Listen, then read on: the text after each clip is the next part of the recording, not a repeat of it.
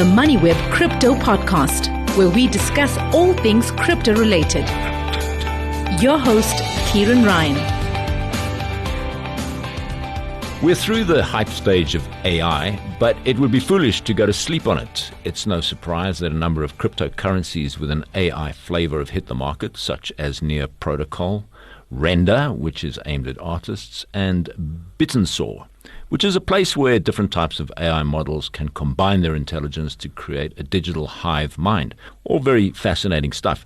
Then there's The Graph, which is a tool for indexing and searching data from the blockchain, the same way Google allows you to search the internet. One area of AI that is receiving particular attention is financial market trading. And a lot of interesting work is being done around predicting the near-term future movements of Bitcoin, Ethereum, and other cryptocurrencies, as well as indices on the stock market and stocks themselves. We've heard for years of automated or robot trading systems, but anyone who's tried them knows their shortcomings. They're based on historical patterns and tend to fail when new market conditions evolve. The holy grail of trading is a predictive tool that mines the internet for sentiment in real time and makes predictions on market decisions. AI specialist Stuart Perry has been looking into this and has found some interesting developments. Stuart is the director and co-founder of GG Tech Solutions, a software development and process automation company specializing in AI solutions for businesses. Hi, Stuart. Welcome to the Moneyweb Crypto Podcast. Hi. Thank you for having me. Good. You've been looking at these predictive AI tools. And I was looking into this myself a little while ago, and anybody who's been involved in sort of automated trading system development knows that you're kind of using historical data and you're expecting the market to continue in a certain pattern. And of course that changes and these robots then fall over. We were speaking about this a bit earlier. Tell us, are they any good, these new systems based on AI? Well, I think one of the first things, look, first of all, let's go back a minute and just a step and just think about what do they mean by AI. So obviously the recent surge in AI, and I challenge anyone now to find a new piece of software that doesn't say AI in the title or in the description. So let's look at what AI is. And in most cases what we're talking about generative AI. And we're talking about some of the large language models like OpenAI's ChatGPT or Claude from Anthropic. Google's got Gemini. And to be honest with you, if you really look at these models, they're not that intelligent. They're not that amazing. They do certain things really, really well. But basically what they do is they analyze text and they look and predict the next word, the next sentence. Now, okay, that sounds very, very dumb. So, okay, maybe it's not as dumb as all that, but it's certainly not as advanced as we first think. But having said that, there's some really, really interesting use cases. And whether they're that intelligent or not, they definitely give the appearance and the effect of some pretty serious intelligence when you use them. So when you look at doing trading with these things, as you mentioned, there's a lot of bots on the market. There's a lot of these kind of programs out there. And it's almost impossible to actually judge from what the information that's out there or whether these are any good. You've got everybody. You look for it on YouTube now, you'll find 30, 40 immediately. And everyone says, this is amazing. This is the best thing. You're going to make £1 million doing this. You're going to make yourself rich. Now, in actual fact, I'm not a trader. I can't really tell you right now which ones of those are good and which ones of those are bad. I would encourage people to give them a go. But what I will say is, this is where I think AI, and with what we've got right now, this is what can work really well. One thing these models do very, very, very well is what you mentioned just now, which is sentiment analysis. What they also do very well is they process and analyze data really, really effectively. So I'll say that for trading, if you are a trader that expects to get an AI piece of software that you're going to give instructions to and you're going to click once and walk away and come back in 6 months' time and count your money, it's not going to work. It's not there yet. I definitely wouldn't trust it to do anything like that. But if you've got a technique that you want to look into or you've got a way of trading, it can give you amazing support. So it can really, really be a good assistant. So you can give it, now if you look at Gemini, for example, as a large language model, you can give that as a 1 million token context window, which means you can provide that with a huge amount of data to analyze. Something that would take you weeks, months, years to go through. In seconds, this can come back and give you some really, really valuable insights. There are also other models like Perplexity. So Perplexity AI, one of the problems with these large language models is you give it data and it gives you back basically what you've asked for. So search this data and tell me whether you project a positive or a negative outcome in the future with this particular stock, with this currency, or this crypto, whatever you want to look at. And it'll give you that feedback. But with large language models, we're not 100% certain whether it's doing something called hallucination, which is basically a really, really nice way of saying it just made things up. Yeah. But if you use Perplexity, Perplexity cites its sources as well. So within the information it's given to you, you can actually go and search and check it. Because I would definitely encourage anyone to not just go, oh, well, the AI language model said to me this is going to be great, so therefore it's going to be great. What I'm trying to get at here is if you've got a way of trading, then AI can do the heavy lifting for you. So it can start to look definitely at sentiment. And let's face it, a lot of stocks and a lot of trading is based on sentiment. That's what controls the market. Obviously, there's underlying assets which also fund it. And you can do searches of financial documents with these large language models as well. So are they great? Are they there yet? No. I will give a little bit more detail on that shortly because I do think we are heading in a direction where they will be there shortly. They'll certainly be doing some amazing things very quickly. But no, right now I would say they are the best assistant you're ever going to have. They are going to do perhaps the data sifting that you're not maybe willing or able to do yourself. So it may give some more junior traders or some people who are new to this the chance to actually trade at a higher level. But I don't think it's there yet where it can automate anything. Anyone tells you they are, then I'll be very skeptical of the source. There is a thing called the Bitcoin Fear and Greed Index, which is based on a number of different parameters. One of them, one of the most important ones, being sentiment. So it does exactly that. It mines the internet. It looks at how many people are searching Bitcoin, looking to buy Bitcoin and so on. And they integrate that into this algorithm. And actually the Bitcoin Fear and Greed Index, as a very rough guide, if you had bought when it's in fear or extreme fear, you would have historically made pretty good money. And if you'd sold when it's in extreme greed, you would have got out, before the top of the market. Yeah. It's getting close to that, by the way, at the moment where it's near greed. But so these kind of systems, which are looking at sentiment as a predictive tool, they are there. But the question I have, isn't there a danger that everybody starts to mine the same data and come to the same conclusions? Eventually you're going to get this averaging out. Well, listen, let's go back a step again. With crypto, if you look in particular, it's largely based on sentiment anyway, isn't there? There's a few currencies out there that do have a sort of, a commodity level, I suppose, where they are based on something. So like Ether, some of NFTs and that actually process and there's work behind it, which gives it some of its value as well, not just sentiment. But it's largely still sentiment. And my big concern with crypto has always been, if you're a huge holder of one of the cryptocurrencies, just by you saying the right thing at the right time, you're really in a position to help yourself and maybe do some damage to the rest. And I've always felt like that's a bit risky. When you talk about using AI to start studying this sentiment, at least by using something like AI, you can give it an enormous spread of data. So you're not just taking from one source. It's almost infinite because and especially now if you look at what I said about Gemini earlier, the context window there is 1 million tokens. And for those that don't understand what a token is generally 4 letters of a word. So it's, in some cases, it's a complete word. In other cases, it's part of a word and it may be a comma or a full stop.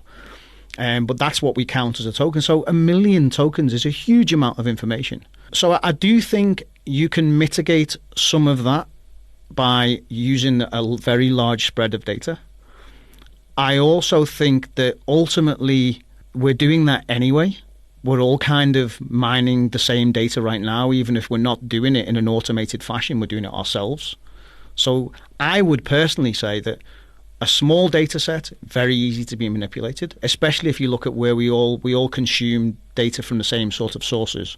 Whereas an AI, you can do a web scraping that can be from every source of the internet you can imagine. I think will give you a much wider spread and much more of a real understanding of what's going on. Yeah, just talking about the powerhouses in Bitcoin, for example, at the moment, you've got big corporate holders like MicroStrategy and BlackRock, each holding more than 200,000 Bitcoin and growing, growing virtually every single month. So these are the people that, as you say, they're sucking up all of the available liquidity in the market at the moment. Yeah, do you remember as well with Elon Musk with Dogecoin? And at one point, that was obvious manipulation. Whether it was intentional or not, he did manipulate the price of Dogecoin at the time. And that power of him saying one word in one direction is enormous. And that always concerned me. Yeah.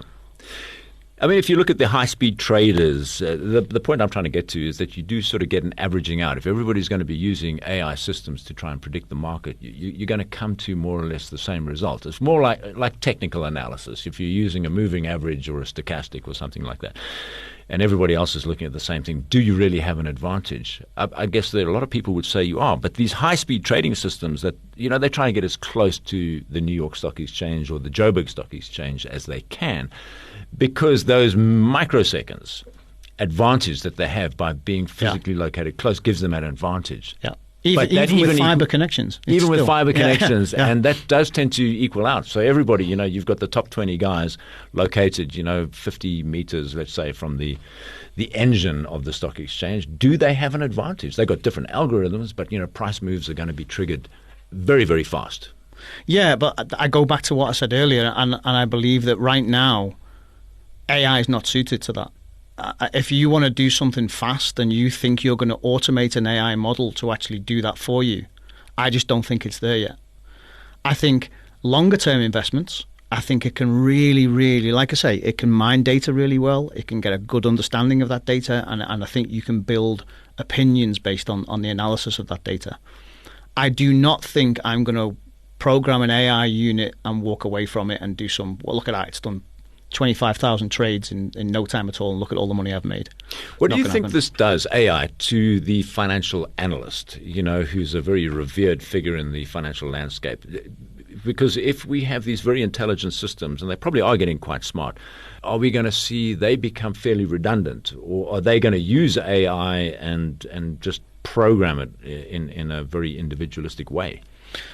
Listen, there's a few updates, I believe, coming soon, which will help us to answer that. And I'll talk about them shortly. But I think ultimately across every industry we're looking at and through every industrial revolution we've ever had, the fear has always been that it will take away jobs. If you look at AI right now and if you look at the way things are developed, that there are job losses or there are certainly job shifting, role shifting.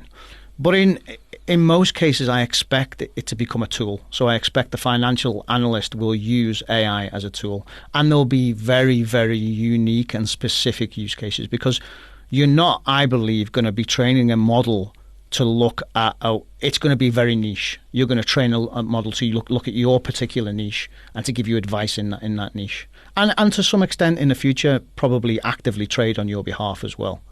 And I mean an automated trade without your input, with certain parameters and guidelines set. So I think we are going to get to the point where there will be automated trading, very fast automated trading. And I know there already is, but I mean effective automated trading. But no, in the short to medium term, it's not going to take jobs, I don't believe, away from financial analysts. Okay, tell us about yourself, how you got into this rarefied subject of AI. First and foremost, I'm lazy. So if always, like throughout everything I've ever done, I've always tried to look at automating what I'm doing. So very basic things early on was I use my office email signature in a different way to most. Like if I get standard questions all the time, people keep asking me the same thing, I have an email signature for that response. So I'll say email response for, let's say someone's asking me for a price list for products or whatever it is, then I'll have an email signature with that in. And if I've got, I don't know, a standard question, whatever it is, I'll have an email signature for that. And then I adopted cloud fairly early because I am a fairly early adopter. So things like within those email responses, I would be putting cloud links to files rather than trying to find the file and adding it as an attachment. And that's great. It helped. But all the time I was using it, I was thinking, there's a better way. It's not human. It doesn't feel right. It feels like a robot has responded to you. And then as very, very early on, when ChatGPT first started, in fact, before it became mainstream at all, I was onto it, and I was like, I'll be honest with you, I was a bit of a gatekeeper. I was keeping it to myself. But I immediately saw the power of that. So what you could then do was turn those very robotic, static responses into something much more colourful, much more with much better language, much more in a much more personalised way. So I started to do that immediately. I just used those as stock answers, but actually so I gave those stock answers. Rather than the question to ChatGPT, I gave the answer to ChatGPT. And I said, just make this a bit nicer and take it into context, the original inquiry, and then you get a very personalised response. And I just built upon that. And I became, I don't know, obsessed, definitely obsessed with AI. And I still now feel like we are on the cusp of some amazing changes, really, really interesting changes. So once I started to see how those things could be used, I saw the power of business. I saw how we could use it both internally and externally for businesses. So it's just an obsession. So just talk about that. I mean, if it's going to be a dramatic thing in our lives, like everybody has, used ChatGPT, and then I got a little bit tired. I don't say tired of it, but I just couldn't take it any further, because the business we're in is, it's content production, which is, news, and you've got to be on that. It's not something that you can rely on the internet database to supply. So what do you see as being the big changes coming? Okay, so let's just talk about that first of all. It's about doing content or anything you want to use an AI model for. It's all about selecting the right model to start with. I mentioned Perplexity earlier because it cites sources, and it does live searches of the internet as well and brings back data in real time. Then you've got Claude from Anthropic, which is very, very good at doing human-like content. ChatGPT is not so good at that. If you ask it to write a blog post for you or something, you can tell. You can tell it's AI-driven. And Claude is spelt? Claude. Okay. From Anthropic. They've just got a few new models out which are outperforming ChatGPT in almost every area. And that is very, very human-like content. So that's great. But where do I see it heading?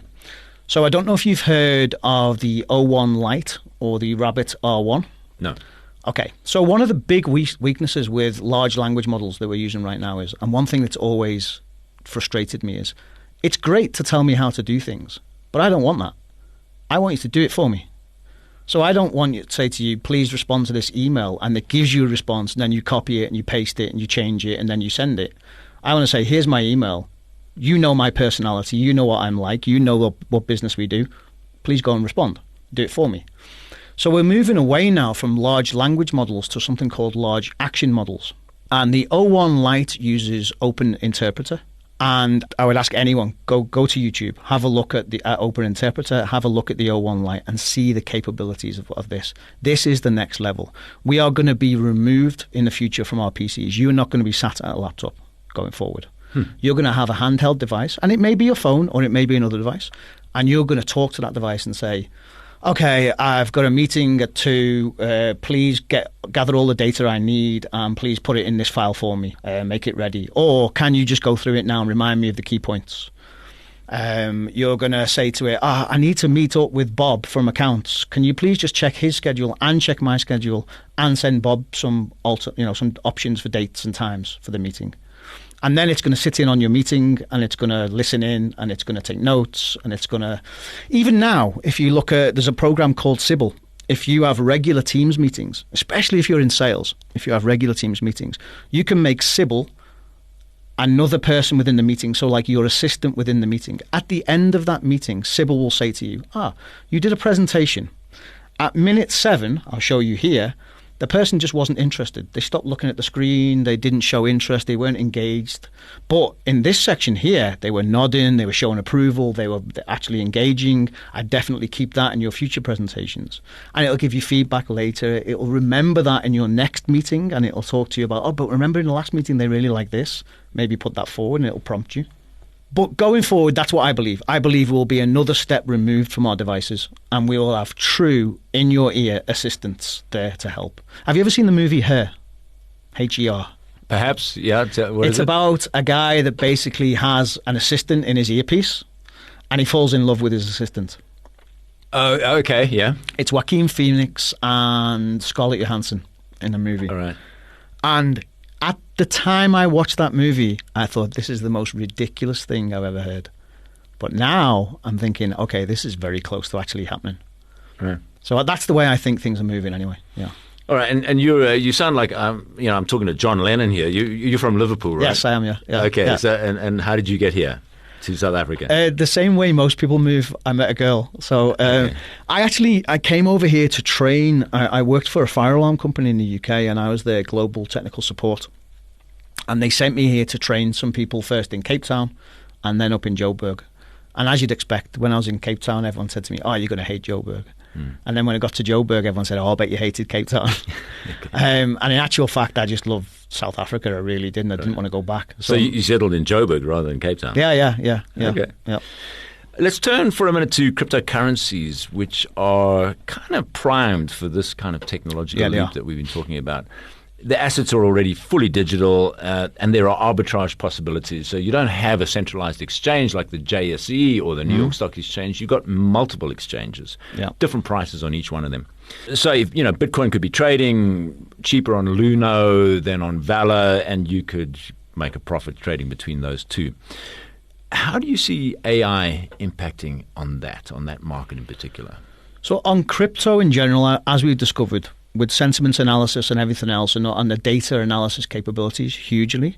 Arbitrage, though, when you start to look at those methods, I think you'll do that without AI, because you're kind of looking at just something to scrape the web, and you're going to scrape the individual sites, and you're going to look for differences and opportunities within the value. There's programs out there that talk about using AI specifically for this. I don't really see the value in that implementation. Like I said, within sentiment analysis and within data analysis, huge opportunities. And the sentiment, when it's mining the internet for the sentiment, is it real time? Is it yesterday? Because this is relevant, right? I mean, you want the sentiment today, the last 5 minutes, the last 10 minutes. Yeah, well, listen, everything to do with large language models depends on how you prompt it. So I would say in most cases when you're looking at sentiment, what you're going to do is you're going to scrape data. You're going to pull that into a database of some kind. And then you're going to get the large language model to actually do what you prompt it to do. So look for sentiment, long-term sentiment, short-term sentiment, whatever you ask it to do, it'll give you. And it'll give you that there and then, within milliseconds. Are we through the hype stage on AI? Some recent developments you've spoken about that excite you. So you said we're like one step removed. We're going to be removed from our devices to some degree. Are we going to get better answers? Are there some frightening aspects to this? Where's the scale, good or bad? No, listen, I'm a proponent. I really think AI is going to change the world for the better. I do think. So what's coming now? Let's look at where we've got our major problems. The major problems are that you can't necessarily trust the information that you're given from a large language model. So we are really then limited in the way we're using it currently, or we're going to do a lot of work on the back end. Lots of people are doing now. There are pieces of software out there. So there's a sort of open source model called Crew AI, and they are using agents. So what you do is you use a large language model as your back end.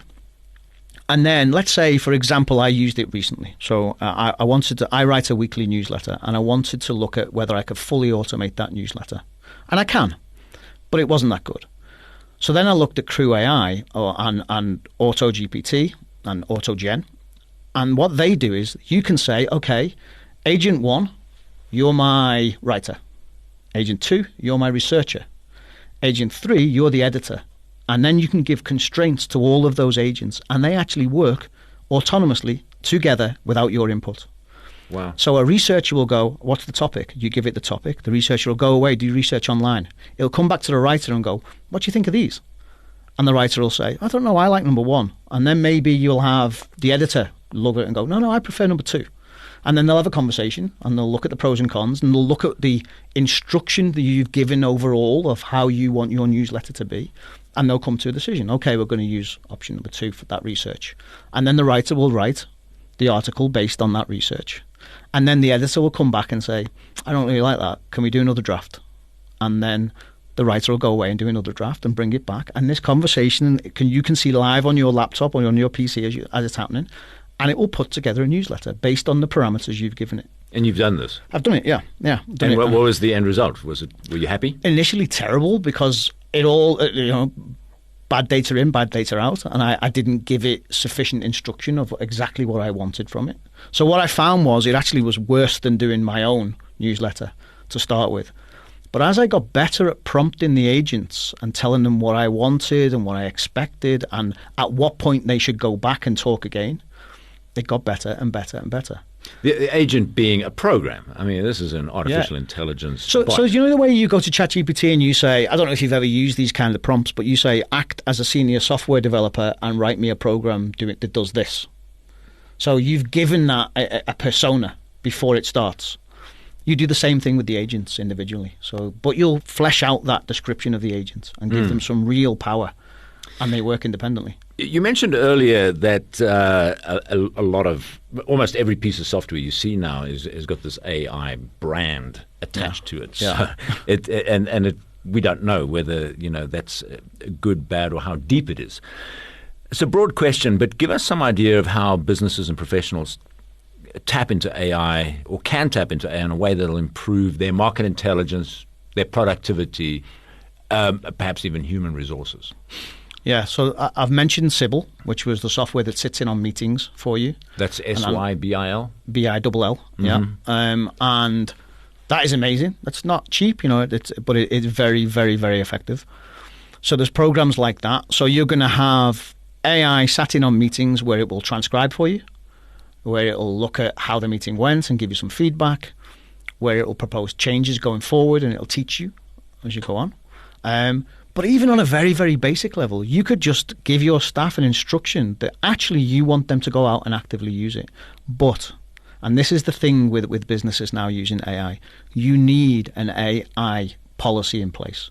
You need to be really careful of what you're asking your staff to do. Because I know, and we've all seen it, people are using AI without considering the data they're sharing. So you want to help one of your customers out, so you just say, here's an email I got from my customer, how can I reply? And you're sharing a lot of sensitive data potentially doing that. So strict AI policies, good training for their staff, but also giving them the freedom to play around and to actually see and to not be too scared of what they're using. They've got to understand that, ChatGPT said it, not me, is not an excuse when things go wrong. You take full responsibility for what you're using there.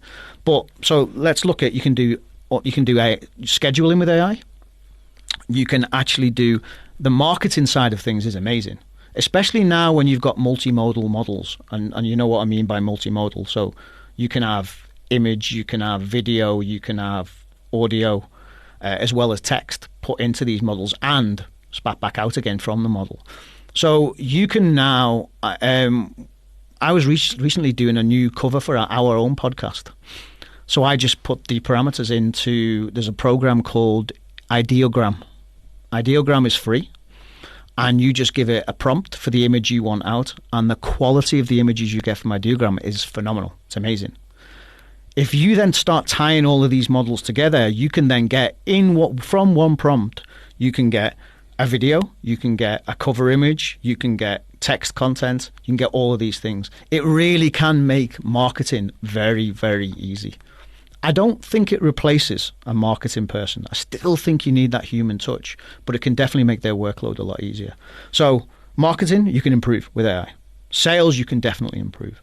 There are models out there now that will do such amazing text-to-speech and speech-to-text conversion that you can have a conversation over the telephone with an AI agent and not have a clue that you were not speaking to a human. There's a great example out from Google where they use their model to actually book a hairdresser's appointment. And there's so many strange things about natural language that you just wouldn't expect this model to be able to cope with.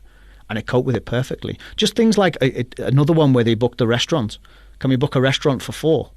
Okay, is that 4 p.m. or is that for 4 people? Like that kind of thing. And the model immediately picks up on those things.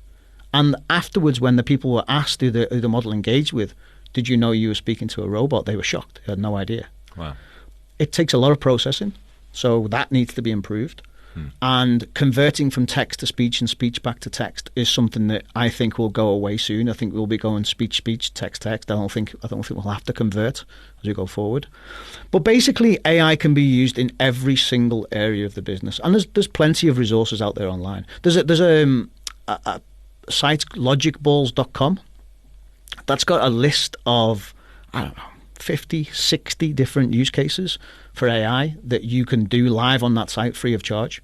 So build me, I don't know, a product briefing for this product, and it'll give the full brief. So I think every single area can be helped. But I think, like I said at the start, you've got to look at how you're going to train your staff. You've got to look at a really, really robust policy in place, because you do not want sensitive data to be used. And then the other thing as well is, okay, if you're going to use OpenAI or you're going to use a large language model, do you really want to use one of these closed source models?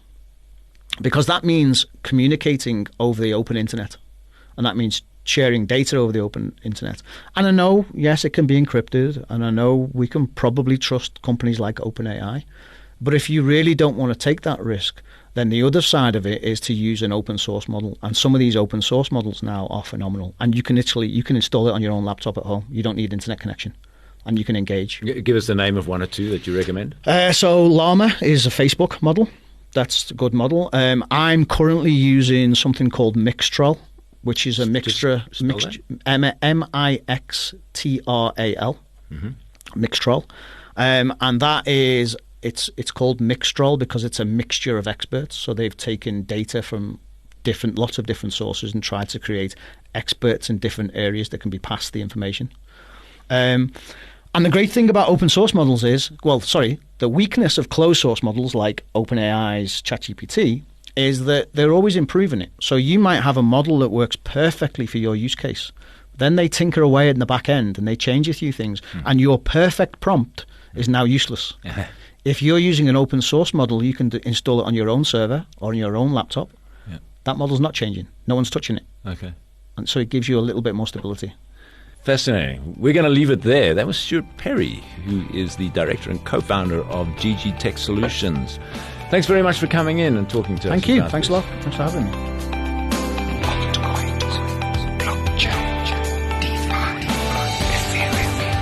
Thanks for listening to the Moneyweb Crypto Podcast, hosted by Kieran Ryan.